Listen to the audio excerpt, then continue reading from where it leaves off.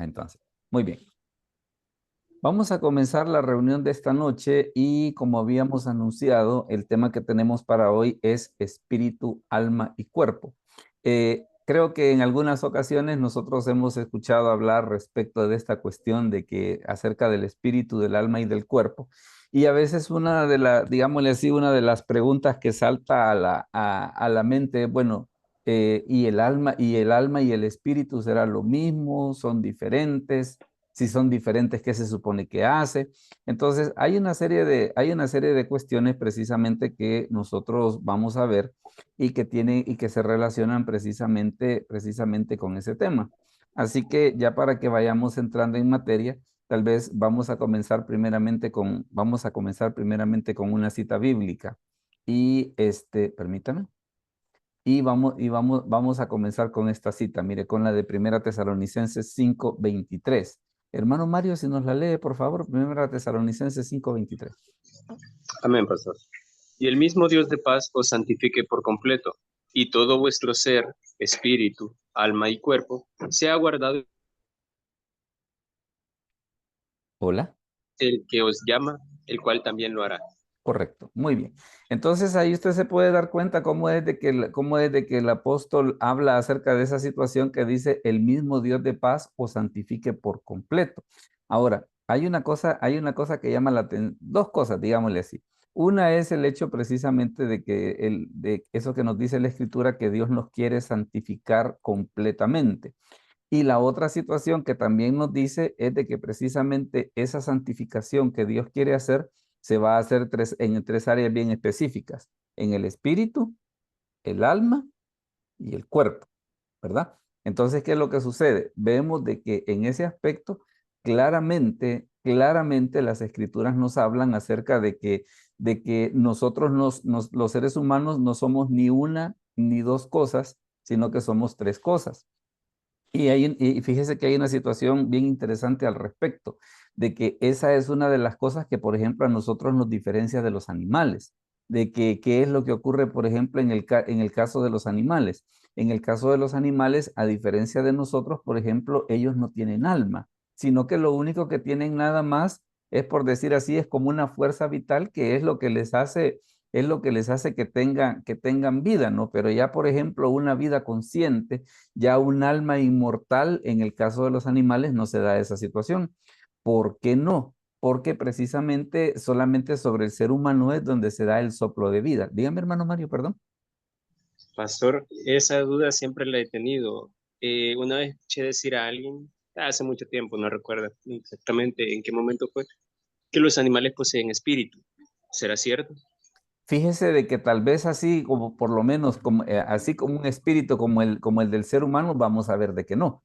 Porque, y tal vez lo que le va a servir de guía es lo siguiente, que fíjese que por ejemplo cuando en el momento de la creación, solamente sobre el ser humano se da un fenómeno bien importante. Y es el hecho de que menciona la escritura que cuando Dios forma al ser humano, ¿qué es lo que hace? Dice que sopló en su nariz aliento de vida y fue el hombre un ser viviente, cosa que con los animales no lo hizo. Entonces, esa es una diferencia bien crucial respecto de, por ejemplo, de cómo son los animales a cómo somos nosotros. Que sobre todos los animales, llámese marinos, terrestres, cualquier tipo de animal, una de las cosas que no hubo fue ese soplo de vida que pasó directamente de Dios hacia nosotros, sino que simplemente en el caso de ellos, pues hubo una creación, se les infundió cierta clase de vida, pero no igual a la que nosotros tenemos. Eso sí es totalmente diferente. Y a medida que vayamos avanzando, vamos a ir viendo los versículos precisamente que nos hablan acerca de esta situación, de que por qué somos diferentes. En este caso, usted puede darse cuenta, por ejemplo, que el apóstol Pablo, y quiero insistir en esto, habla acerca de que primero dice que todo nuestro cuerpo debe ser santificado completamente. Y ya cuando comienza a hablar acerca de los específicos, de que, bueno, mire, y de qué estamos compuestos. Entonces viene ahí donde habla acerca de el espíritu, dice, y todo vuestro ser, dice, espíritu, alma y cuerpo, dice, sea guardado irreprensible para la venida de nuestro Señor Jesucristo. Ahora fíjese que hay una situación que vamos a ver ahorita y que es bien interesante, pues que nosotros que nosotros podamos definir y tiene que ver con esto. Y aquí vamos a ampliar un poquito la situación esta que el hermano Mario estaba diciendo, hablando acerca de la creación del ser humano. Y fíjense que en el caso del ser humano se da una situación, que nuestra parte espiritual no fue creada, sino que fue transmitida en el soplo de vida. Y eso lo vemos acá, mire, lo vemos en Génesis, lo vemos en Génesis 2:7. Hermano Hernán Chávez, si nos puede leer Génesis 2:7, por favor, es la cita que está en pantalla. Génesis 2:7. Hola. ¿O va manejando, hermano Hola, Hernán? hola. Ok. No, aquí estamos, pastor. A ver, pensé que iba manejando una cosa así. A ver, No, si aquí nos hace... estamos. Buenas noches, con todo Bueno, gusto. Génesis 2:7. Entonces Jehová Dios formó al hombre del polvo de la tierra y sopló en su nariz aliento de vida.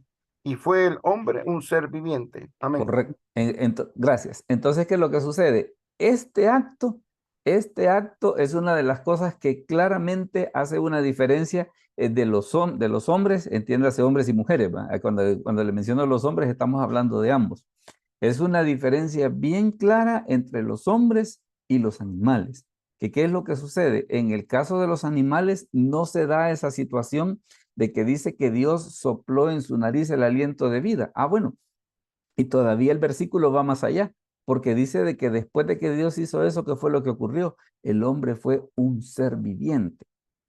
Entonces es por eso de que a veces hay quienes dicen, mire, y los animales tienen alma. No, los animales tienen espíritu. No, no tienen ninguna de esas cosas. Digámosle así, ese atributo es algo exclusivo del ser humano. Y fíjese que esa es una de las cosas inclusive que a nosotros, vaya, si por ejemplo, si queremos profundizar en esa idea de que, ¿y por qué dice la Escritura que nosotros hemos sido creados a imagen y semejanza de Dios?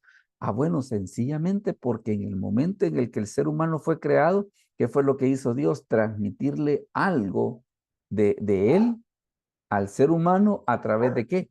A través del soplo de vida. Entonces quiere decir de que nosotros tenemos algo de Dios que los animales no tienen, ¿verdad? Entonces ya desde ahí vemos de que tenemos una diferencia, pero bien grande respecto de cómo, y fíjese que esto a veces como que pudiera parecer hasta un poco como chistoso, ¿no? Pero también a la hora de las horas no deja de tener su efecto, ¿no? Porque a veces hay quienes tienen cierto remordimiento, por ejemplo, en el sentido de comer carne de animales y cosas así por el estilo, más que todo la gente que es vegetariana, ¿va? La gente que es vegetariana, pues uno de los argumentos, como quien dice, para poder decir no hay que comer carne de animales, es porque uno está matando una vida. No, pero es que la vida de los animales es muy diferente a la vida de nosotros, porque en el caso de nosotros tenemos ese soplo de vida que los animales no tienen. Entonces ahí ya de ahí se nos hace una diferencia. Luego fíjese que también siempre en esa misma línea de pensamiento, hay otra cosa que también es bien interesante entender. Una es el hecho, pues, de que no existe una concepción única respecto de cómo es el ser humano. Y vamos a ver cuáles son estas tres posiciones. La primera de ellas es el unitarismo. Y en el caso del unitarismo, hermano Rafael, si nos lee, por favor, la definición de unitarismo. Hermano Rafael Rivera. Amén. Unitarismo. El ser humano es cuerpo solamente. Correcto. Entonces, ¿qué es lo que pasa? En esta posición del unitarismo, por eso es de que usted escucha que hay personas que dicen, no, dice, si es que el ser humano solo es el cuerpo, y se echan esta frase, muerto el perro, se acabó la rabia. ¿Se ha fijado? ¿Verdad? Dicen, no, dice, muerto el perro, se acabó la rabia, como quien dice, no hay vida después de la muerte, no hay más allá, no hay nada más. ¿Y por qué razón ellos lo conciben así? Porque ellos dicen de que, mire, todo el funcionamiento del cuerpo que son reacciones químicas nada más, pues.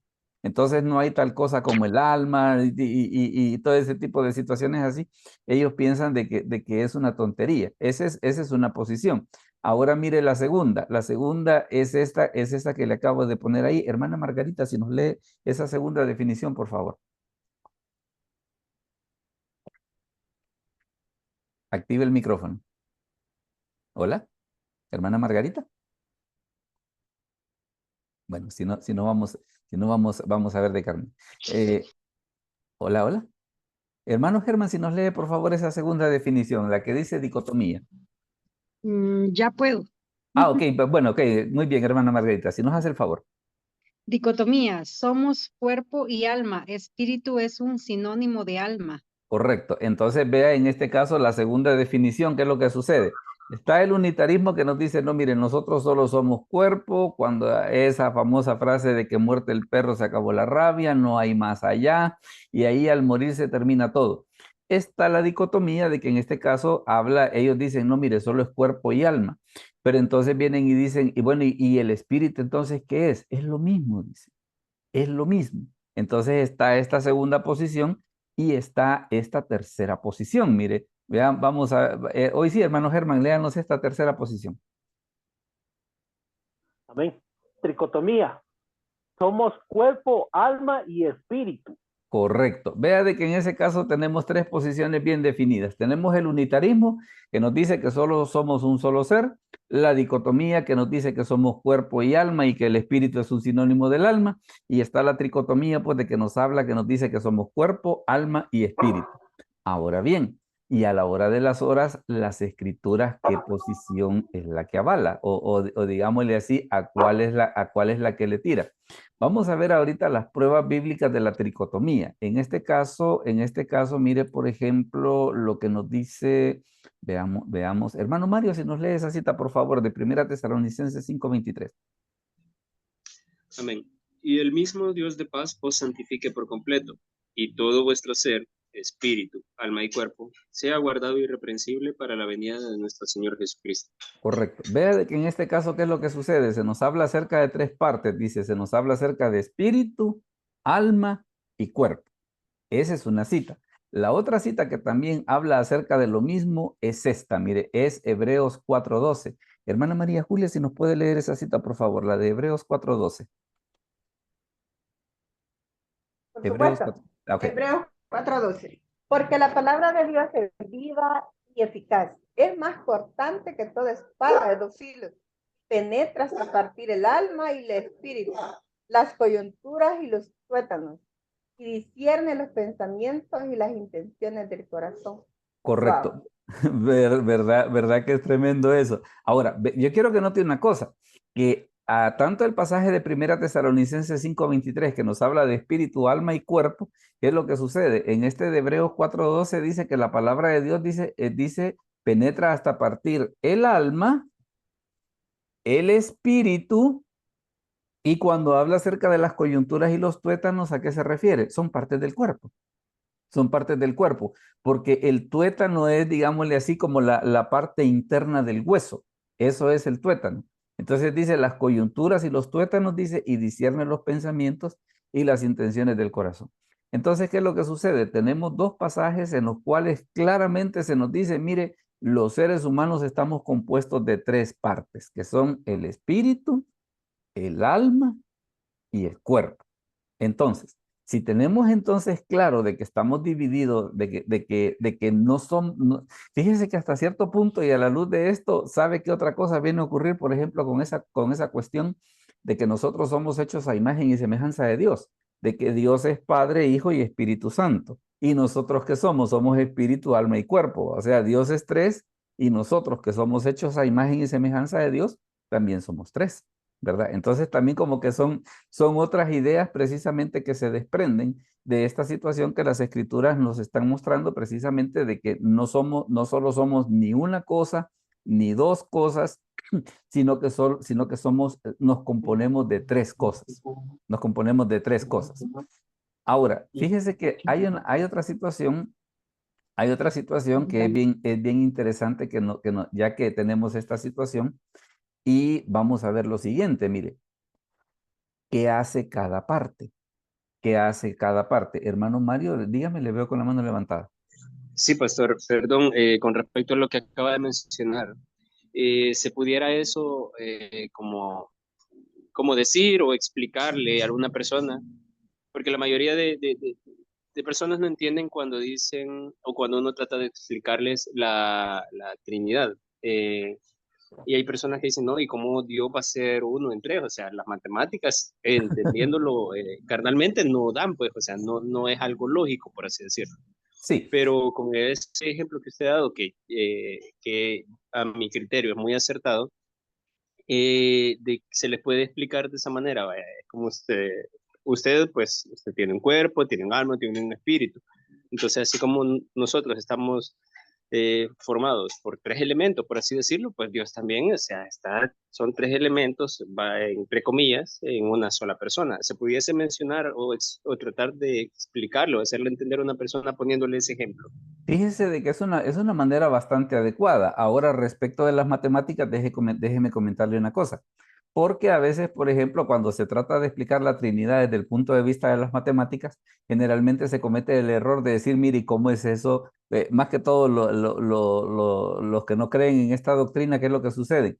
¿Cómo va a ser por eso de que uno más uno va a ser igual a uno? En qué cabeza loca les cabe que tal cosa puede ser? Pero es que la matemática no se hace así, sino que la matemática se hace uno por uno por uno. Y si usted multiplica uno por uno por uno, ¿qué es? Es igual a uno. Es igual a uno. Entonces la matemática no se hace en este caso de suma, sino que se hace de multiplicación. Pero sí, esa es una manera de entenderlo. Esa es una manera de entenderlo, de que nosotros somos tres en uno. ¿Por qué razón? Porque hemos sido creados a imagen y semejanza de Dios, que Dios también es tres en uno, ¿verdad? Entonces, son situaciones que a nosotros nos hacen ver, bueno, ¿y qué tiene el ser humano de especial? Ah, bueno, mira, el ser humano, entre otras cosas, tiene un alma y un espíritu que los animales no tienen. Esa es una. La otra cosa es de que así como Dios es Padre, Hijo y Espíritu Santo, ¿qué es lo que sucede? Nosotros también somos espíritu, alma y cuerpo. Déjeme ver que había alguien por ahí que estaba, hermano Germán, creo que le vi que levantó la mano, dígame. A ver, dígame. Bendiciones, hermano, Costa, Dios le bendiga. Mire, fíjese que yo he aprendido algo. Sí, Fíjese que, por ejemplo, cuando hablamos de ciertos temas de Dios, debemos de entender de que hay gente que no lo va a poder entender. Ni porque usted se lo dibuje, ni porque usted se lo diga, no lo va a entender. ¿Por qué razón? Porque hay cosas que son del espíritu y hay cosas que son de la carne. Acuérdese de que, por ejemplo, cuando nosotros venimos al Señor, nuestro espíritu despertó, sí. pero la gente que no llega a los caminos del Señor arrepentida, ellos tenemos el espíritu dormido, como una especie de espíritu muerto. Entonces, mucho de lo que es la Biblia, lo que es Dios, nunca se va a poder entender desde el punto de vista de una persona inconversa. Una Ujú. persona inconversa, como por ejemplo, esto se trata de creer, primeramente creerlo, porque cuando nosotros creemos, increíblemente lo vemos, pero ¿cómo se lo explicamos a la gente que no puede ver? Porque, digamos, le decimos a una persona que no ve, que es ciega, le decimos, mira el color rojo, esta flor es roja. ¿Y Él cómo no va? la puede ver, no la puede ver. Entonces, realmente la intención muchas veces de nosotros va a ser muy buena, quererle explicar a las personas que Dios es como se ama, pero realmente como nosotros a través del Espíritu, nosotros es que el Espíritu se comunica, el Espíritu Santo se comunica con nuestro Espíritu, que imagino como que Él mora en nuestra mente y a través del De Espíritu hecho, ya nosotros vamos a vamos. ver esa parte sobre cómo funciona eso.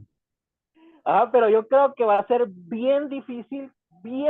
Yo creo que imposible explicarle a una persona en conversa que no quiere nada con Dios el que pueda entender la Trinidad de Dios. Fíjese que Entonces, tal vez no, pero hay una cosa, por ejemplo, que sí se puede hacer y es lo siguiente.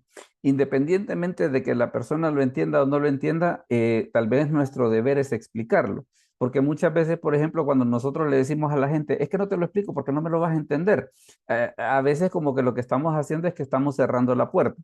Nosotros lo que debemos de hacer es que lo debemos de explicar y dejar de que sea el Espíritu Santo el que obre en la persona y tarde o temprano lo va a entender, pues tarde o temprano lo va a entender, pero por lo menos que no quede en nosotros de que no le dijimos, pues, o que mire, yo le pregunté a esa gente y no me lo quise explicar.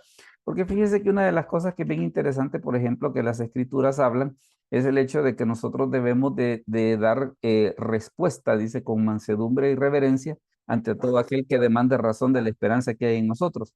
Entonces, a veces, por ejemplo, cuando nosotros salimos con esa cuestión de qué es misterio y nos quedamos sin dar mayor explicación, a veces como que hacemos que el inconverso digámosle así, se cimente más en su incredulidad. Entonces, claro, lo que nosotros debemos de hacer es dar una respuesta y dejar que sea el Espíritu Santo el que obre, ¿no?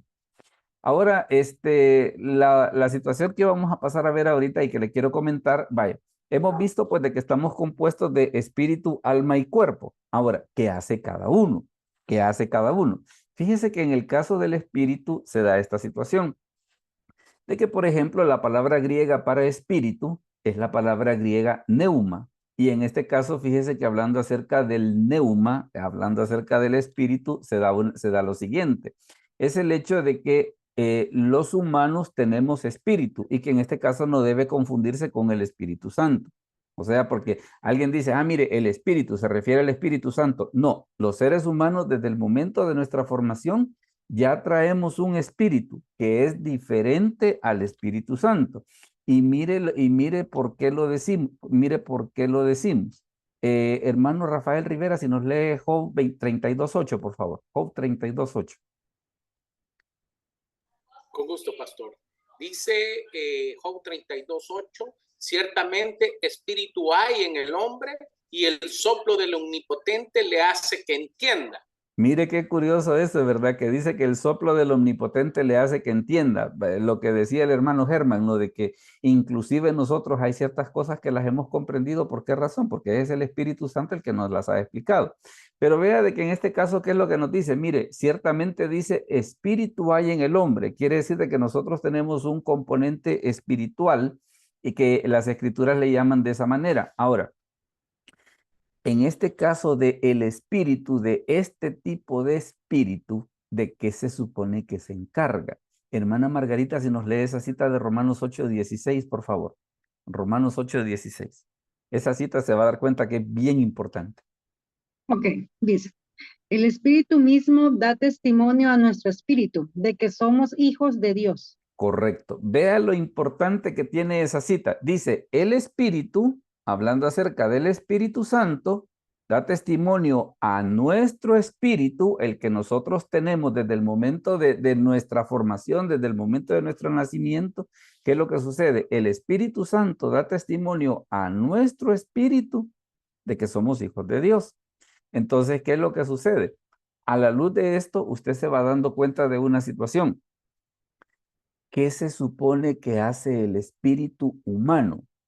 No el Espíritu Santo, porque usted puede ver acá en esta cita de Romanos 8:16 que se habla acerca de dos espíritus. Se habla acerca de el Espíritu Santo, la tercera persona de la Trinidad, que da testimonio a nuestro espíritu de que somos hijos de Dios. Entonces, ¿qué es lo que sucede? ¿Qué hace el espíritu? Hablando acerca del espíritu humano. El espíritu humano lo que hace es de que nos pone en sintonía con Dios, es el que nos permite poder conocer a Dios.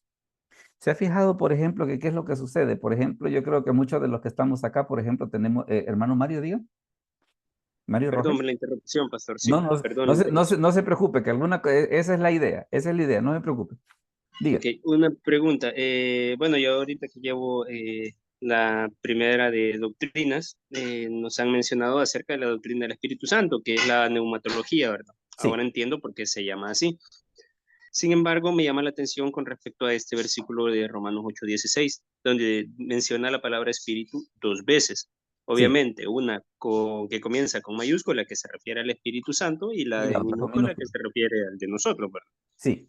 Ahora bien, la duda es, esa palabra en griego aplica para para las dos veces que aparece la palabra espíritu en ese mismo versículo, o hay una diferencia así como sucede en algunas ocasiones. No sé si me doy a entender. No, la palabra es la misma, la palabra es la misma. Y fíjese que le voy a decir otra cosa, inclusive lo que ocurre, por ejemplo, en el caso de los manuscritos del Nuevo Testamento, en el caso de los manuscritos del Nuevo Testamento hay dos tipos, están los que se llaman los unciales, de que estos unciales, todo el manuscrito está escrito en mayúscula. Y en el caso están los otros que se llaman los minúsculos, de que todo el manuscrito está escrito en minúscula. Entonces, esa distinción de espíritu con mayúscula, espíritu con minúscula, ¿qué es lo que sucede? Es una situación de que, por ejemplo, los traductores lo determinan en base al contexto, ¿verdad? En base al contexto es que ellos determinan, no, miren, en este caso se refiere al Espíritu Santo, en este caso se refiere al Espíritu del hombre. Por eso es de que usted ve que el primer caso que se refiere al Espíritu Santo está con mayúscula y el segundo caso que se refiere al Espíritu humano está con minúscula. Entonces, y fíjese que en el Antiguo Testamento es peor la cosa, porque el hebreo no tiene diferencias entre mayúsculas y minúsculas, sino que en el hebreo solo hay consonantes. En el hebreo solo hay consonantes. Entonces ahí no está esa diferencia de que mire que hay letra mayúscula, hay letra minúscula, sino que esa diferenciación de que, por ejemplo, en qué caso se refiere al Espíritu Santo y en qué caso se refiere al Espíritu humano, es una diferencia más que todo de los traductores, O más que sea que todo. queda como a libre interpretación, pastor, por así decirlo. En cierto modo, en cierto Ajá, correcto. modo, en cierto modo, pero como vaya, por ejemplo, en este caso, ¿qué es lo que sucede? Usted se fija de que es un caso bien claro en el que se ve que por qué el primer espíritu está con mayúscula, ¿no? Porque ese digamos que, por ejemplo, en el caso de Romanos 8:16, nosotros quisiéramos determinar la verdad. Tenemos el caso de que el primer espíritu dice que ¿qué hace? Da testimonio a nuestro espíritu.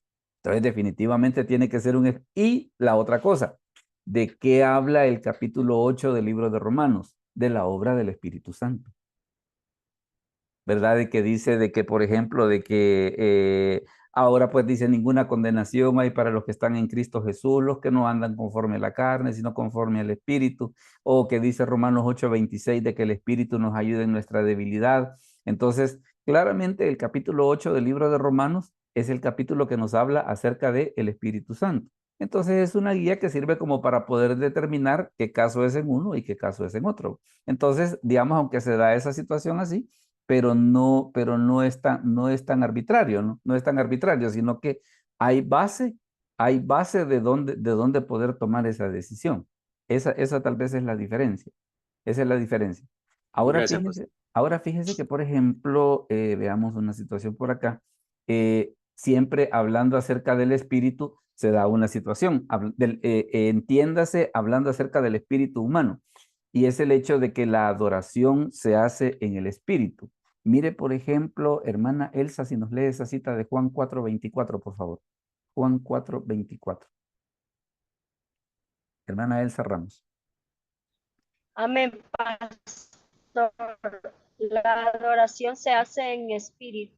No, perdón, más la hora viene y ahora es cuando los verdaderos adoradores adorarán al Padre en espíritu y en verdad, porque también el Padre tales adoradores busca que le adoren. Correcto. Entonces vea que en este caso, ¿qué es lo que sucede? Dice, el Padre busca adoradores en espíritu y en verdad. ¿Por qué en alma no? Porque el alma no se encarga de eso. Le voy a poner un ejemplo más o menos sobre cómo funciona esta cuestión de lo que hace el espíritu, y era lo que le quería mencionar hace un momento. Fíjese que esto hasta cierto punto viene a ser, yo creo que muchos de nosotros tenemos sistema de televisión por cable, ¿no? Entonces, ¿qué es lo que sucede?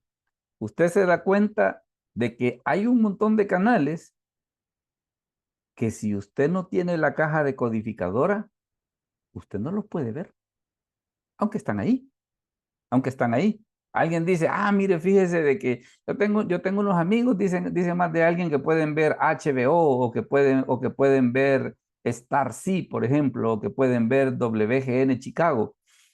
¿Y ellos por qué lo pueden ver? Porque ellos tienen la caja decodificadora que les permite recibir esa señal. Entonces, ¿qué hace el espíritu? ¿Y por qué razón vemos esa situación de que el espíritu dice, da testimonio a nuestro espíritu y que el Padre busca adoradores en espíritu y en verdad? Porque la función del espíritu, en el caso del espíritu humano, es precisamente poder percibir a Dios, poder conectarse con Dios. Hermano Germán había levantado la mano, perdón. Ya no. O le quedó claro con la explicación esta que acabo de dar. A ver. Sí, solo una consultita, hermano. Fíjese que yo en este versículo yo me pongo a pensar de que los adoradores en espíritu somos o son las personas que son gobernadas por el espíritu, que dejaron de ser gobernadas por los instintos, por los deseos, sino que ahora se rigen bajo la guianza del espíritu, ¿verdad? Correcto. Y que el espíritu gobierna la carne, ¿verdad? Ujú. Y Pero, el alma, ¿va? Gobierna el correcto, alma. pero tal vez la parte a la que yo quiero llamar su atención es a lo siguiente. Por qué dice que el Padre busca adoradores en espíritu? Porque el espíritu es el que puede percibir a Dios, ¿verdad? El alma no se encarga de eso. Ya lo vamos a ver. El alma no se encarga de eso. Fíjese que hay quienes a veces lo ponen de esta manera. ¿Se imagina usted, por ejemplo, de que yo estoy enfrente de una piscina y yo quiero saber qué cantidad de cloro tiene esa piscina? Pero para saber la cantidad de cloro, a mí se me ocurre la feliz idea de para saber cuánto cloro tiene, ocupo un micrófono. Mire, los micrófonos no sirven para medir la cantidad de cloro, ¿va? Entonces, ¿qué es lo que tengo que hacer? Mire, tengo que buscar hay un tester especial que es el que mide la cantidad de cloro que hay en el agua, pero no un micrófono. Entonces, ¿qué es lo que sucede? Si yo no ocupo de esos tester químicos, yo no puedo saber la cantidad de cloro que hay en una piscina. De ahí cualquier otra cosa que ocupe no me va a servir para poder percibirlo. Entonces, en este caso, ¿qué es lo que sucede? Vaya, así como dice el hermano Germán, es cierto, ok, es una persona que está buscando a Dios, es una persona que está doblegando su espíritu hacia Dios, pero digámosle así, ¿dónde está el punto de enganche? El espíritu humano, que es el que se comunica con el espíritu de Dios, y entonces, ¿qué es lo que sucede? Entonces nosotros podemos ver a Dios, ¿verdad? Podemos tener esa relación con Él. Y fíjese de que todavía hay otra cosa más. Fíjese que, por ejemplo, mire lo que dice Marcos 14:38. Dice, velad y orad, dice, para que no entréis en tentación. El espíritu, hablando acerca del espíritu humano, el espíritu a la verdad está dispuesto, pero la carne es débil. Entonces tiene usted esa situación de que, ¿qué es lo que sucede? El espíritu humano, en este caso, no hablando acerca del Espíritu Santo, el espíritu humano es el que nos permite conocer a Dios, es el que nos permite relacionarnos con Dios, es el que permite que, por ejemplo, que cuando nosotros estamos en un culto y estamos adorando, podemos sentir la presencia de Dios. O, entre otras cosas, también, por ejemplo, es el espíritu humano al que habla el Espíritu Santo y por eso es que nosotros podemos comprender las verdades de las Escrituras. Entonces, quién hace ese canal de conexión? Ese canal de conexión lo hace el espíritu humano o el neuma, como le llama la escritura. Entonces, por eso tenemos acá de que ¿qué hace el espíritu? Hablando acerca del espíritu humano. Dice, el espíritu es el que se comunica con Dios y nos permite tener comunión con Él. ¿Verdad? Eso es básicamente lo que hace el espíritu humano. ¿Qué es lo que dice Romanos? El Espíritu, hablando acerca del Espíritu Santo, da testimonio a nuestro espíritu de que somos hijos de Dios. Es precisamente el Espíritu Santo el que puede hacer esa conexión. Ahora mire, se da la otra situación. Bueno, ¿y el alma qué se supone que hace? El alma qué se supone que hace. Fíjese de que aquí hablando acerca del alma es bien interesante, porque en el caso de alma, la palabra en el griego es la palabra psique. Ahora, ¿y eso de psique qué tiene de especial? Es de donde proviene nuestra palabra psicología, ¿verdad? Por eso es de que usted se fija por acá y se lo voy a resaltar. Mire, acá esta letrita aquí, como que usted ve estridente, este es el símbolo de la psicología. Es la letra griega psi, PSI. Entonces, ¿qué es lo que sucede? Ese es el símbolo de la psicología. Ahora, ¿qué es lo que hace el alma? Fíjese de que en el alma están los atributos de la personalidad, que son el intelecto, los sentimientos y la voluntad. De ahí es que, como le comentaba, precisamente proviene nuestra palabra psicología. Ahora mire lo que pasa, por ejemplo, y por qué decimos de que en el alma está, ¿cómo se llama? El intelecto, los sentimientos y la voluntad. Veamos, hermana Margarita, si nos lee el Salmo 16:9, por favor. El Salmo 16:9. Ok, Salmo 16:9. Se alegró por tanto mi corazón y se gozó mi alma. Mi carne también reposará confiadamente. Correcto. Vea de que quién es el que tiene esas emociones, digámosle así. Dice, se alegró por tanto mi corazón, dice, y se gozó mi alma. Ahora, tal vez, y quisiera que en este aspecto fuésemos un poco más abiertos, ¿va? En el sentido de que más de alguien puede preguntar, mire, nosotros y cuando estamos en un culto, ¿qué sucede? Esa emoción que nosotros sentimos, ¿quién la siente? La siente todo nuestro ser, la siente todo nuestro ser. ¿Por qué? Porque todo nuestro ser, precisamente cuando nosotros estamos en la presencia de Dios, digámosle así, siente pues esa presencia. Entonces no es aquello de que nosotros podamos decir, es que el espíritu sí, el alma no, o el cuerpo no. No, todo nuestro ser. Y por eso es de que inclusive el apóstol Pablo habla acerca de todo nuestro ser. Dígame, hermano Germán, lo veo que levantó la mano. Amén, hermano. Mire una consultita. A ver, dígame. Por ejemplo, en ocasiones hay servicios de adoración, ¿verdad? Sí. Y está aquella presencia del Señor y uno ahí se le derrama a uno las lágrimas, donde uno es redarguido por el Espíritu y de repente empieza alguien a gritar y se revuelca. Y mire, yo realmente a veces sí me da un poquito, no sé, de qué pensar, porque digamos, se desconcentra uno, fíjate, porque uno está así, y de repente empieza alguien a gritar y se cae, y entonces yo digo, no sé, perdón hermano, pero tal vez en ese momento quien nos gobierna puede ser el espíritu o la carne, pienso yo. Fíjese que puede ser una mezcla de ambas cosas, porque también recuerde de que a veces no todos los creyentes tenemos la capacidad de manejar ese tipo de cosas.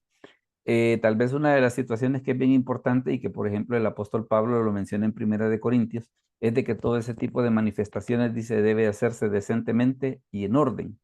¿Por qué razón? Dice, porque si nosotros hacemos eso, los inconversos van a entrar y al ver de que nosotros actuamos ordenadamente, ¿qué es lo que van a decir? Realmente Dios está en medio de vosotros.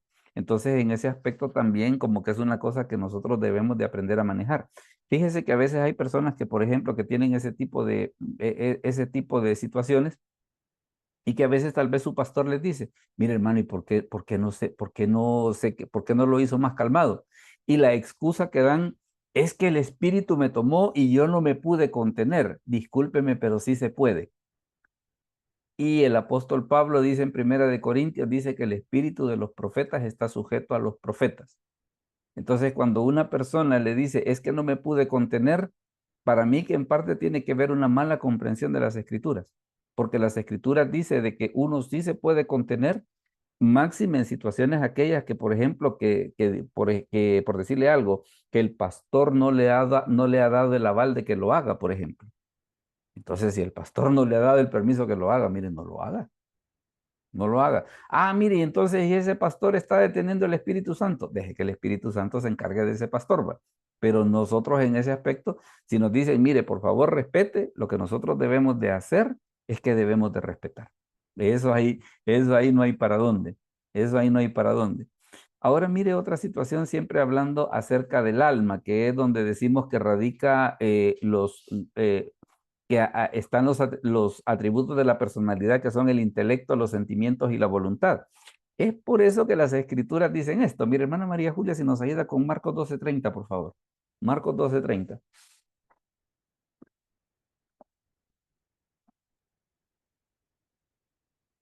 Hola.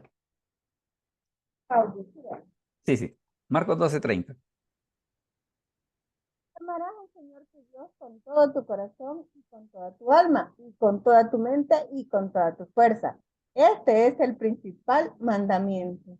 Correcto. Gracias, hermano. Vea de que cuando las escrituras nos hablan acerca de aquellas cosas que tienen que ver con las emociones, con el intelecto, ¿cuál es la palabra que va allí? El alma. Por eso dice, amarás al Señor, dice, con todo tu corazón. Y vea que este versículo es bien interesante, mire, por aquella cuestión de que a veces hay quienes dicen, bueno, y si está esa diferencia del cuerpo, el alma y el espíritu, y a la hora de las horas, cuando estamos en un culto que de plano se siente la presencia de Dios, ya sea por la alabanza o ya sea porque la predicación fue una predicación con todo, y entonces, y a la hora de las horas, ¿quién siente eso? ¿Quién siente eso? Es que esa es una experiencia integral, ¿no? Por eso es de que el apóstol Pablo en la primera cita que leíamos, ¿qué es lo que dice? Todo vuestro ser, todo vuestro ser. Entonces, ¿qué es lo que pasa? Cuando se dan ese tipo de situaciones así, téngalo por seguro de que Dios está tocando todo nuestro ser, espíritu, alma y cuerpo. Y por eso es de que se siente esa emoción, se siente ese sentimiento tan inexplicable, precisamente porque la presencia de Dios, ¿qué es lo que está haciendo? Está tocando todo nuestro ser. Fíjese que, por ejemplo, hay una cosa que es bien interesante, mire, y es esta cita de Génesis 35:18. Hermano Hernán, si nos lee, por favor, Génesis 35:18. Génesis Con todo 35, gusto, pastor. dice. Con todo gusto, pastor. Amén. Y aconteció que al salírsele el alma, pues murió. Llamó su nombre Benoni, mas su padre lo llamó Benjamín. Correcto. Aquí es cuando es el nacimiento de Benjamín, que en el caso dice la escritura que la mamá cuando lo estaba dando a luz, ¿qué fue lo que sucedió? Murió. Pero vea cómo lo dice la escritura. Y aconteció que al salírsele el alma, ¿verdad? Entonces, ¿qué es lo que sucede? Quiere decir de que los seres humanos tenemos alma. Tenemos alma. ¿Qué es lo que pasa? Hay un componente que se separa de la persona cuando la persona muere, que esa es una de las cosas que es bien importante. Y por eso es de que en este caso dice qué fue lo que le sucedió a ella. El parto fue tan complicado que a la hora de las horas dice que murió, pero lo alcanzó a tener. De hecho, inclusive menciona la escritura que cuando le dijeron que el niño había nacido con bien, según ella está, según en la agonía en la que ella estaba, que ya no escuchó lo que le dijeron, ¿verdad? Ya no escuchó lo que le dijeron. ¿Pero por qué razón? Porque se da esta situación de que precisamente ella murió, pero ¿por qué? Dice la escritura, porque se le salió el alma. Entonces, que tenemos de que el alma de qué se encarga, dice, es donde radica la personalidad, el intelecto, los sentimientos y la voluntad. O sea, en el alma es donde radica el amor, el odio, el sentido del humor, la envidia, o sea, los sentimientos tanto buenos como malos están en el alma. Los dos están ahí, los dos están ahí. Ahora, lo interesante del caso, pues es precisamente de que cuando nosotros sometemos eso al Espíritu Santo, ¿qué es lo que dice la Escritura? Produce el fruto que nosotros vemos en Gálatas 5:22, ¿verdad? Que habla acerca de que el fruto es amor, gozo, paz, paciencia y todas las demás cosas. Luego fíjese que hablando acerca del cuerpo y tal vez una de las cosas que ocurre con el cuerpo, mire, hablando acerca del cuerpo, la palabra griega es la palabra soma. ¿Y qué pasa con el soma? Y tal vez le quiero comentar una cosa, porque hay quienes hablando acerca del cuerpo muchas veces lo ven así hasta como con desprecio, ¿va? En el sentido de decir de que este cuerpo que se van a comer los gusanos, mire, pero todavía no se lo van a comer, hombre. Entonces, mientras los gusanos no se estén comiendo este cuerpecito, refiriéndose al mío y al suyo, ¿qué es lo que hay que hacer? Hay que cuidarlo. Y hay que cuidarlo por una sencilla razón, porque nuestro cuerpo es templo del Espíritu Santo. Hermano Mario, si nos lee, por favor, 1 Corintios 6:19. ¿O ignoráis que vuestro cuerpo es templo del Espíritu Santo, el cual está en vosotros, el cual tenéis de Dios y que no sois vuestros? Correcto, entonces vea qué es lo que dice la Escritura, somos templo del Espíritu Santo. Le menciono esto por aquello de que para que no veamos el cuerpo así tan despectivamente, pues. No, mire, es que mire, es que este cuerpo ya está todo viejito, está todo achacoso. Sí, pero mientras tanto es el templo del Espíritu Santo. Y le menciono esto precisamente porque a veces una de las cosas que muchas veces los cristianos cometemos el error es que de tan emocionados que estamos en hacer las cosas de Dios, que no cuidamos el cuerpo, fíjense. No cuidamos el cuerpo, haciendo cosas como que, mire, si voy a pasar una noche entera en una vigilia, pues mire, una de las cosas que voy a tratar de hacer es comer, pues. No vaya a ser que me desmaye a media vigilia. O que imagínese que, por ejemplo, tengo que servir 5 o 6 cultos el domingo. Mire, voy a tratar de dormir bien el sábado, de alimentarme lo necesario el domingo. ¿Para qué? Para poder servir al Señor. Fíjese de que hay un libro bien interesante que se llama El Predicador. Y fíjese de que en este libro no crea que este libro le habla acerca de cómo predicar, sino que le habla acerca de aquel tipo de cosas que tienen que ver con el cuidado del cuerpo. Y este libro hace un razonamiento bien interesante. Él dice, mire, una de las cosas que Jesús demuestra en su ministerio era que Jesús tenía muy buena salud, porque a muchos de los lugares donde iba, ¿qué hacía? Llegaba caminando. Y si usted ve las distancias, por ejemplo, que hay desde Galilea hasta Judea, mire, son más de 100 kilómetros. El hecho de que Jesús haya podido cargar la cruz a pesar de la tortura que le hicieron, una de las cosas que demuestra es de que Jesús, su cuerpo era muy fuerte. Su cuerpo era muy fuerte. Entonces, ¿qué es lo que sucede? El cuerpo es el templo del Espíritu Santo. Y por ser templo del Espíritu Santo, ¿qué es lo que tenemos que hacer? Lo tenemos que cuidar.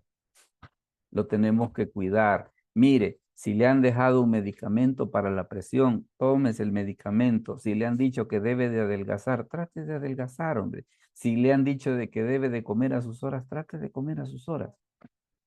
Pero ¿por qué es todo eso? Porque el cuerpo es templo del Espíritu Santo. Fíjese que hace años yo conocí a una persona, por ejemplo, de que tenía un subproblema de migraña, de que, bueno, inclusive hasta con acupunturistas la habían tenido en tratamiento. Y mire, y el doctor que le quitó el problema, ¿sabe cómo lo hizo? Le dijo, ¿a qué horas come usted? Le dijo, ¿a qué horas hace la cena? Le dijo, cuando tengo chance a las 9 o a las 10 de la noche. No, le dijo el doctor. A partir de hoy, usted me va a cenar a las 6 o lo más tarde a las 7. Le quitó la migraña. No era ni obra de Satanás, no era que Dios le estaba probando, sino que no estaba cuidando el cuerpo. Dígame, hermano Germán. Perdonen, hermanos, disculpen, oyeron. Fíjese, Diga. hermano, de que yo la vez pasada estaba viendo un estudio que hacían de que, por ejemplo, algunas de las enfermedades que son crónicas en el hombre y que son degenerativas consiste en que guardan mucho rencor, mucho odio. A veces. Y tienen experiencias muy duras que, por ejemplo, no perdonan a alguien y eso les provoca incluso hasta cánceres, fíjese. Bueno, de hecho el libro de Proverbios menciona que dice que la envidia es carcoma de los huesos. O sea, de que en ese aspecto, ¿qué es lo que sucede? Digámosle así, un problema emocional puede ser tan grave que puede afectar el cuerpo. Bueno, fíjese que una cosa bien curiosa que yo estaba escuchando de un dentista ahora, de que, por ejemplo, ¿por qué a veces algunas personas le ponen retenedores? Eso de los retenedores son unas piezas plásticas que se ponen en los dientes. Pero ¿sabe por qué es? Porque muchas veces nosotros cuando estamos dormidos, ¿qué es lo que sucede? Inconscientemente hacemos tensión con la boca y nosotros solitos desgastamos los dientes, ¿verdad? Entonces, ¿qué es lo que sucede? El retenedor, ¿qué es lo que hace? De que cuando esas personas que están muy tensas y cuando están dormidas rechinan los dientes, el retenedor pueda amortiguar ese rechinido para que los dientes no se hagan pedazos. Imagínese usted en ese aspecto como algo que nosotros podríamos pensar, pero es que si estoy dormido, nosotros estamos dormidos, pero nuestro cuerpo, le diré, está haciendo un montón de cosas, pues. Está haciendo un montón de cosas. Dígame, hola.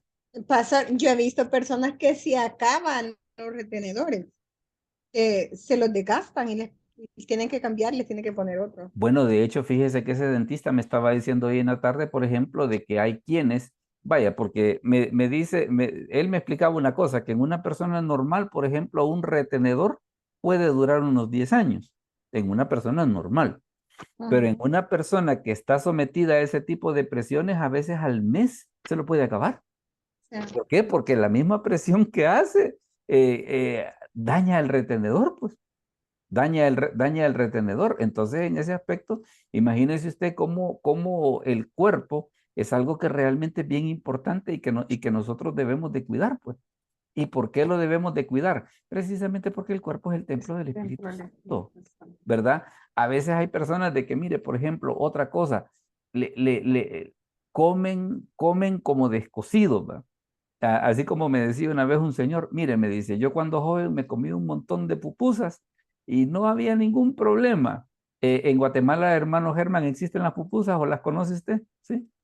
Sí las conozco. En Guatemala en Guatemala se llaman tortillas con chicharrón, se llaman. Ah, bueno, pero vaya, pero independientemente, Sí, es que independientemente del sí, nombre que le pongamos, mire, sí, así es. cuando uno ya está grandecito debería de evitar comer demasiado eso. ¿Verdad? ¿Por qué? Porque nuestro cuerpo es templo del Espíritu Santo, ¿verdad? Entonces, vea usted por qué razón, y fíjese que hay una cosa bien interesante respecto del cuerpo. Mire, aquí hay dos citas que son bien interesantes. Una es, por ejemplo, el Salmo 139:13, donde dice, porque tú formaste mis entrañas, y mire qué interesante, dice, tú me hiciste en el vientre de mi madre. Entonces no veamos con desprecio nuestro cuerpo. Debemos de quererlo. ¿Por qué? Porque Dios lo hizo en el vientre de nuestra madre. Entonces, como Dios lo hizo en el vientre de nuestra madre, ¿qué es lo que sucede? Lo debemos de cuidar y lo debemos de querer.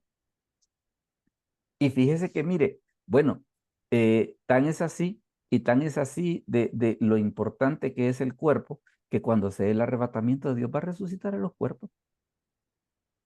O sea, no están así de que, no, este cuerpo se lo van a comer los gusanos. Sí, se lo van a comer, pero fíjese que cuando se dé el arrebatamiento de ese cuerpo comido por los gusanos, el Señor, si es cristiano, el Señor va a hacer que los gusanos entreguen esa persona para que ese cuerpo pueda volver a formarse.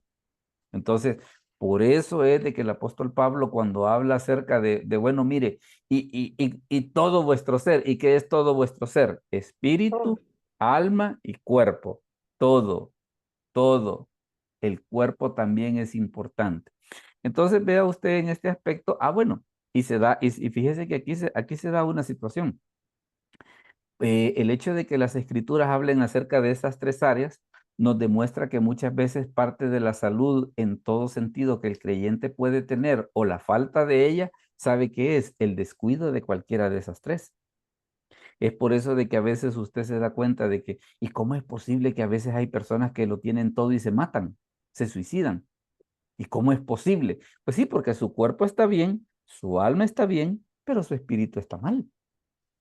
Entonces, como hay una parte que está mal, por eso es de que se da esa situación de que a veces la gente dice, ¿y por qué se mató si tan bien que vivía? Tenía un buen trabajo, tenía una buena casa y de repente se mata, ¿verdad? Pero ¿qué es lo que sucede? Porque hay una parte de esas tres áreas que no está bien. Vamos a aprovechar este momentito antes de decirles cuál va a ser el tema de la próxima semana para que si alguien tiene alguna pregunta o algún comentario respecto de lo que hemos dicho, ahorita pues es el momento para que lo pueda hacer. Dígame, hermano Germán, perdón. Vamos a ver si entendí, hermano. Vamos a ver, mire, pues. A ver. Dice que yo siempre me he preguntado esto. O sea, digamos, lo que se va a presentar delante del Señor a entregar cuentas va a ser mi alma. Todo. Mi espíritu, todo, pues todo, definitivamente.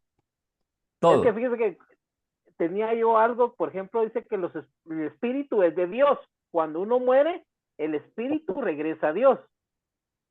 Entonces, vamos a ver, y usted me explica después, perdón, hermano. Entonces, mire, yo entendía de que el espíritu regresaba a Dios, mi alma, que mi alma soy yo, y el cuerpo es como un tacuche.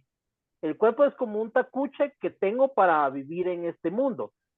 Cuando yo muera, mi cuerpo va a desaparecer, pero cuando el Señor me mande a llamar, mi cuerpo se va a juntar otra vez y se va a unir a mi alma y me voy y a a su presentar espíritu. en cuerpo y... Cuerpo, alma y espíritu. Y, En cuerpo, alma y espíritu. bueno. Y Y fíjese entonces, que... Ajá. Perdón. por ejemplo, mi cuerpo ya no va a ser como de carne, sino que va a ser como de una materia especial, ¿verdad? O sea, no va a ser, porque yo me acuerdo que dice, por ejemplo, no se trata de sangre ni de carne, no, ¿cómo es? Se me fue Bueno, la mente. tal vez para ahorrarle un poco la duda, el apóstol Pablo ya ve que menciona que dice que vamos a tener un cuerpo espiritual. Vamos a tener un cuerpo espiritual. Algo así, sí. Entonces, Bueno, sí. entonces, ¿qué es lo que va a tener ese cuerpo? No se va a enfermar, no va a envejecer y no va a morir. ¿Verdad? Tanto Y para el una última creyente como para consulta. el incrédulo. ¿Sí? Sí, y una última consulta. Y también yo sabía que todos allá vamos a estar de una edad joven, aproximadamente de 30 años. Y esa es mi última pregunta. Ah, bueno, mire, que haya un versículo que diga de qué edad vamos a estar, hasta allí sí no hay, va, hasta allí sí no hay. Pero lo que sí menciona la escritura, pues lo deja entrever en muchos pasajes, es que esas tres situaciones no van a existir. El hecho de que el cuerpo glorificado, en el caso del cristiano, no va a enfermar, no va a envejecer y no va a morir. En el caso del inconverso también se va a dar la misma situación con la diferencia que él va a estar en condenación. Esa va a ser la única diferencia. Hermana María Julia, le veo que tiene la mano levantada. Sí, pastor. Cuando usted dijo que cómo es posible que hay personas que lo tienen todo y aún así se suicidan, yo siempre he tenido esa duda. En Japón, yo sigo a una persona que es japonesa, pero habla español. Sí. Él dice que en Japón las personas se suicidan por exceso de paz. Me ¿Cómo? cuesta ¿Cómo? entender Exceso que de paz. los jóvenes se suicidan por un exceso de paz, porque los japoneses son como muy tranquilos, muy ordenados y todo 10. Entonces el exceso de esa pasividad hacen que, porque Japón es uno de los países que tiene una tasa alta en suicidio de jóvenes. Entonces, como que me cuesta comprender eso, pero después digo yo, wow, o sea que la adrenalina, la presión, el estrés y todo que yo vivo, o sea, me sirve que feo fuera la vida si todo fuera perfecto, todo fuera amor y paz, como que el sabor a la vida, no sé. Es que ¿Usted fíjese, es sabía eso que de que por exceso de paz la persona pueda perderle sentido a la vida y quiera quitarse? bueno, tal vez le voy a comentar un caso que se parece un poco a eso. Yo en alguna ocasión leí un artículo acerca de la persona de más edad que todavía trabaja. Porque a veces nosotros hemos escuchado historias de gente que viven 102 años, 105 años, 110 años. Ah, pues hace unos años salió un artículo de la persona de más edad que todavía trabaja, una persona de 101 años, de 101 años que todavía trabaja. Y mire la explicación que él dio. Cuando le preguntaron, ¿y usted cómo es que ha llegado a esa edad? Bueno, decía, mis amigos se jubilaron y cuando se jubilaban, en las tardes iban a jugar golf y a tomar cerveza. Después dejaron de tomar golf y solo se quedaron tomando cerveza y después se murieron. Entonces, él entendía de que precisamente él había llegado a esa edad precisamente porque tenía algo que hacer. O sea, tenía algo útil que hacer con su vida. Y a veces el problema se da, por ejemplo, cuando hay personas que le digo, se enferman y a nadie le importa a usted. Se enferman y a nadie le importa. O sea, que de que, te habías enfermado, como quien dice, ni cuenta me había dado. Fíjese de que hace unos años hubo un comediante en Inglaterra que se llamaba Benny Hill. No confundir con el evangelista, ¿va? Porque el evangelista se llama Benny King. No, este comediante se llamaba Benny Hill. Fíjese que este comediante, la muerte fue bien curiosa. Tenía una empleada, vivía él solo en la casa, tenía una empleada que le trabajaba de lunes a viernes y tenía el fin de semana libre. La cosa es de que cuando ella regresó el lunes, lo encontró que estaba muerto en el sillón enfrente de la televisión. Porque lo que le había pasado era de que se había muerto el fin de semana. Pero como no era aquello, vaya, por ejemplo, supóngase usted, por ejemplo, vaya, en el caso suyo, mañana tenemos clase de teología. Usted no llega mañana, a mí me llega una cuestión de que, mire, ¿qué le habrá pasado? O sea, hay gente que se interesa por usted. Hay gente que se interesa por usted. O digamos, usted sale a teología y ahí a cierta hora que usted no ha llegado, su hija está preguntando, mamá, ¿está todo bien? Entonces, ¿qué es lo que pasa? El hecho de que hayan personas para las cuales usted sea importante, eso le da razón de vivir. Pero ¿qué pasa, por ejemplo, con aquellas personas de que usted les dice, mira, vamos a la iglesia, te involucras en algún ministerio? Ay, no. Es que, como me dijo alguien una vez, es que el buey solo bien se lame. Bueno, mire, si yo fuese buey, le acepto, ¿va? Pero como no lo soy, pues fíjese, la verdad que yo trato de pasar ocupado, pues, de interesarme por las personas, de apreciarlas, que las personas se interesen por mí. Otro país que tiene un problema similar a ese que usted está poniendo de Japón es Suecia. Suecia tiene uno de los mejores estilos de vida del mundo y tiene una de las tasas de suicidio más altas. Entonces la cosa es, bueno, mire, ¿cómo es eso que si lo tienen todo y se matan? Pues sí, tienen todo lo material, pero como lo espiritual no está resuelto, ¿va? Entonces por Y eso es, fíjese que, gracias, pastor, cuando usted dice que es, y tiene razón, nosotros en el programa Sanando Heridas del Corazón, es, lo que es el fin que tiene el programa con los jóvenes, hacerles ver tres cosas: que el mundo tiene sentido, que la justicia está disponible y que ellos tienen valor. vaya, porque imagínense, por ejemplo, en ese caso que usted pone de los japoneses, a veces, ¿qué es lo que sucede? A veces los papás dicen, ay, no, si el niño está tranquilo, ahí está jugando en el dispositivo.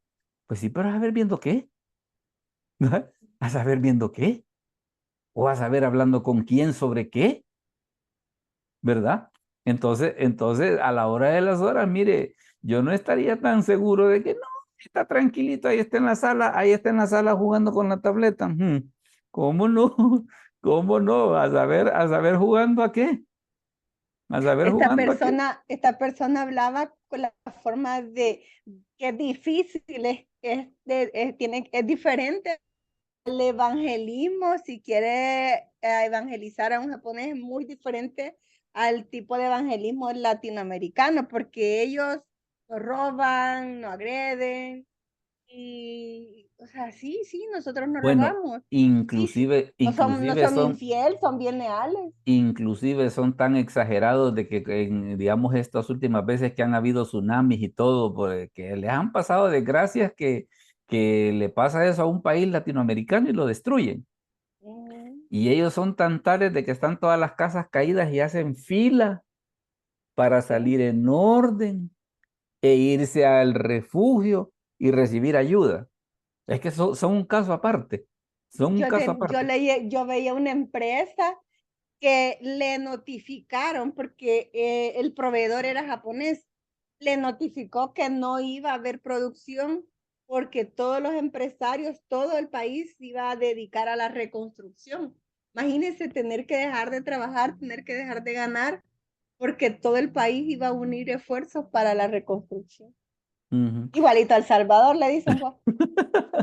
No, pero sabe, tal vez en base a esa explicación que usted nos acaba de dar, me suena precisamente de que vaya, porque también una de las cosas que yo entiendo de la cultura japonesa es que su espacio de habitación es bien reducido. Entonces, ¿qué es lo que sucede? Prácticamente no es como en el caso de nosotros, de que usted llega a su casa y vaya, digamos, usted quiere estar aparte, usted se va a su cuarto, sabe que sus hijos están en la sala, o sea, tiene áreas donde moverse, pues, tiene áreas donde moverse, mientras que en el caso de los japoneses, precisamente como el espacio es bien caro, ¿verdad? Para ellos estar en la casa es estar en una cosa así bien, bien estrechita, pues. Tener un Entonces, perro es un lujo, dicen ellos. sí, o un jardín, una cosa así por el estilo. Entonces, hasta cierto punto va a ser un poco frustrante el hecho de tener que regresar a un lugar tan reducido, pues. Y si a eso le agrega que trabaja en un lugar encerrado donde no hay ventanas y no platica con la gente, al rato, al rato vas a ver de qué se pone a hablar, ¿va? Ese amigo me decía, perdón que ya me clavé en esto, pero No, pero dice está que muy interesante, no se crea. le decía al japonés, tírala más fuerte, le dice. Ok, perdón, y se regresa a darle más fuerte a la puerta. Le quería decir que no le dé fuerte. O sea, que son bien literal. O sea, Sí. aquí una le avienta a la puerta del carro y le dice, dale más fuerte. Perdón, dice uno. No, dale más fuerte. Y él sí, se regresa para darle más fuerte todavía a la puerta Ah, del carro. Ellos son no, bien literales. no le diré, en ese aspecto esas culturas son bien especiales, son bien especiales. Va a ser interesante que un día de esto nos comente un poco respecto de ese seminario, de esos seminarios que usted da, ¿verdad? Porque inclusive para A la algunos de los orden. que están en la reunión, por ejemplo, de que lo pudieran, por ejemplo, compartir en sus iglesias, ¿por qué no decirlo? ¿Por qué no decirlo? Bien, déjeme comentarle cuál va a ser el tema para la próxima semana. Mire, el tema para la próxima semana va a ser este: espíritus malos en la congregación. Wow. Espíritus malos en la congregación. Vamos a hablar acerca de algunos casos un poco feos, mire, como el endemoniado que aparece en el Evangelio de Marcos, que estaba en la sinagoga.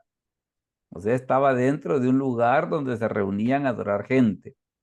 Vamos a hablar acerca del espíritu malo que venía sobre Saúl de parte de Dios y que lo hacía que se volviera loco, ¿verdad? Y vamos a hablar acerca de aquellos casos donde el apóstol Pablo dice: a esos los he entregado a Satanás, dice. Entonces vamos a ver esos casitos así el próximo miércoles precisamente en el tema de espíritus malos en la congregación. Dígame, hermano Germán, la última palabra antes de que terminemos. Amén. También está el espíritu que decía que llegaba Pablo, que lo abofeteaba, Ah, que decía, correcto. me envía un espíritu que me abofetea, decía. Mire, una consulta, hermano pastor, ya de último. A ver. Fíjese que no sabía de que, por ejemplo, cuando estemos delante del Señor, si el Señor nos permite pasar a su reino, nuestros pensamientos o sea, nosotros vamos a tener como una especie como de reseteo en nuestra mente, donde vamos a olvidar cierta parte de nuestra vida que nos de una u otra forma nos causaría dolor, como por ejemplo vamos a olvidar familiares, vamos a olvidar amigos, como por ejemplo no es igual como los que se van a ir al infierno, ellos no van a olvidar nada, ellos se van a recordar de toda su vida. Fíjese que sobre Entonces, solo eso, quería aclarar esa situación. fíjese que sobre eso hay dos posiciones. Sobre eso hay dos posiciones. Una es esa que usted menciona, eso del reseteo, y la otra es de que sí va a existir el recuerdo. Y tal vez qué pasaje le puede servir para poder entender el punto: el rico y Lázaro. Que qué es lo que sucede. Mire, le dice el rico: envía a Lázaro porque tengo 5 hermanos, para que les avise y que ellos no vengan a este lugar de tormento. Y mire la respuesta que le da Abraham: a Moisés y a los profetas tienen, pero Moisés y los profetas vivieron mucho tiempo después que Abraham. Entonces, ¿qué es lo que sucede? Vemos precisamente de que a pesar de que ellos vivieron mucho tiempo después, los conoció. Y en la transfiguración inclusive se da otro fenómeno, que Pedro, Jacobo y Juan, que estaban en la transfiguración, que le dicen a Jesús: ¿quieres que hagamos 3 enramadas, una para ti, una para Moisés y la otra para Elías? O sea, ellos pudieron reconocer que eran Moisés y Elías, ¿verdad? Pero le digo, ¿Será que voy a conocer aunque a nunca la los Eva ya habían visto. usted? ¿va a conocer a? A Eva. Ah, le digo, no, ya hay un montón de, hay un montón de personajes que tengo así que los quiero ir a conocer. Uno es a Job, el otro es el escritor de la carta a los hebreos, a la reina de Sabá. Yo tengo ahí un listadito de todos los Yo que la me vi a quieren, ir también, me gustaría ¿verdad? saludar. No, hay que ir a sentarse con esa gente y platicar un ratito, ¿verdad? Así que ese va a ser el tema para la próxima semana: espíritus malos en la congregación. No me resta más que agradecerle pues como hemos estado ahora, así que vamos a orar entonces y muchas gracias por acompañarnos. Oramos Gracias, entonces, pastor. oramos. Padre, te damos gracias por este momento, gracias por la reunión que nos has permitido tener. Bendice a cada uno de mis hermanos, bendice sus familias, provee para sus necesidades, sana a los enfermos, te lo pedimos en el nombre de Jesús. Amén. Bueno, Amén. mis hermanos, entonces el Gracias, Señor les pastor. bendiga. Gracias a todos ustedes y nos vemos Amén, la bendiciones. próxima semana. Amén, hermanos. Buenas noches, Bendiciones bendiciones. para todos. Amén. Para todos, Pastor, hermanos. buenas noches. Buenas noches.